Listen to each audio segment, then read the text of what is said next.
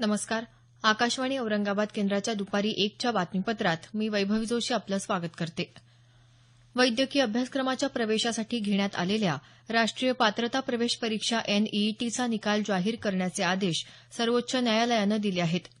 निकाल जाहीर न करण्याच्या मद्रास उच्च न्यायालयाच्या निर्णयाला सर्वोच्च न्यायालयानं स्थगिती दिली आहे. निकाल जाहीर करून ठरलेल्या वेळापत्रकाप्रमाणे प्रवेश प्रक्रिया सुरू करण्यासही न्यायालयानं सांगितलं आहे. सर्व उच्च न्यायालयांनी या परीक्षेशी संबंधित याचिका दाखल करून घेऊ नये असंही सर्वोच्च न्यायालयानं सांगितलं आहे.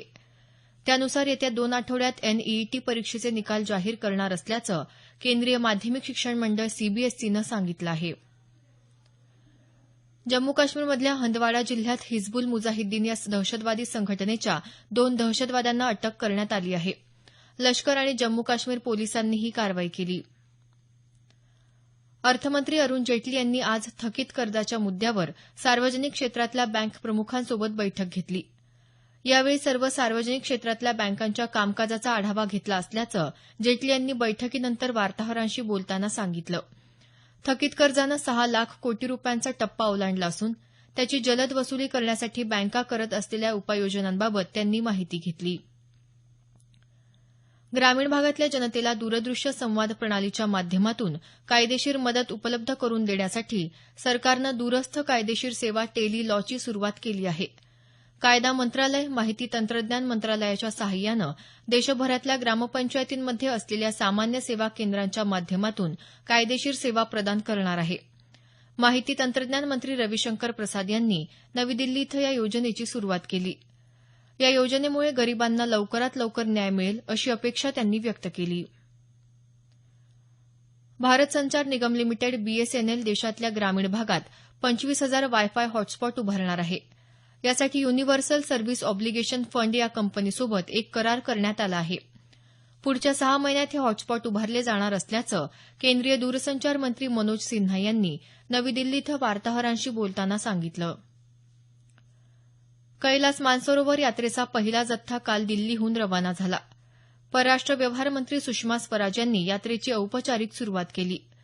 स्वराज यांनी यात्रेकरूंना यात्रेदरम्यान स्वच्छता राखण्याचं आणि पर्यावरणाचं रक्षण करण्याचं आवाहन केलं आहे. 4,500 जणांनी या यात्रेसाठी नोंदणी केली असून पहिला 58 भाविकांचा जत्था पाठवण्यात आला.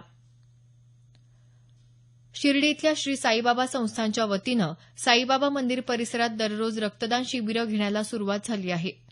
रक्ताची वाढती गरज लक्षात घेता उपक्रम सुरू केल्याची माहिती संस्थानचे अध्यक्ष डॉ. सुरेश हावरे यांनी दिली आहे. या रक्तदात्यांच्या संस्थानाकडून सन्मान केला जाणार असून त्यांच्यासाठी थेट दर्शनाची व्यवस्था केली जाणार असल्याचं हावरे यांनी सांगितलं. श्री संत तुकाराम महाराज आणि श्री संत ज्ञानेश्वर महाराज यांच्या पालखी सोहळ्यात मोफत आणि तातडीच्या रुग्णवाहिका सेवा उपलब्ध करून देण्यासाठी 108 हा निःशुल्क क्रमांक देण्यात आला आहे. वारीमध्ये या रुग्णवाहिका कोठे आहेत याची माहिती वारकऱ्यांना मिळण्यासाठी पालखी मार्गावर माहिती पत्रके लावण्यात येणार आहेत. मान्सूनचं राज्याच्या दक्षिण भागात तसंच कोकणात आगमन झालं आहे. मान्सून राज्यभरात पुढे सरकण्यासाठी स्थिती अनुकूल असल्याचा अंदाज हवामान खात्यानं वर्तवला आहे. आज राज्यात अनेक ठिकाणी सकाळपासून पाऊस सुरू आहे. उस्मानाबाद, लातूर, सिंधुदुर्ग, कोल्हापूर जिल्ह्यात संततधार सुरू आहे. येत्या 24 तासात मराठवाड्यासह मध्य महाराष्ट्रात मुसळधार पावसाची शक्यता हवामान खात्यानं वर्तवली आहे. लंडन इथं सुरू असलेल्या ICC चॅम्पियन्स चषक क्रिकेट स्पर्धेत आज पाकिस्तान विरुद्ध श्रीलंका सामना होणार आहे. भारतीय वेळेनुसार दुपारी 3 वाजता सामन्याला सुरुवात होईल.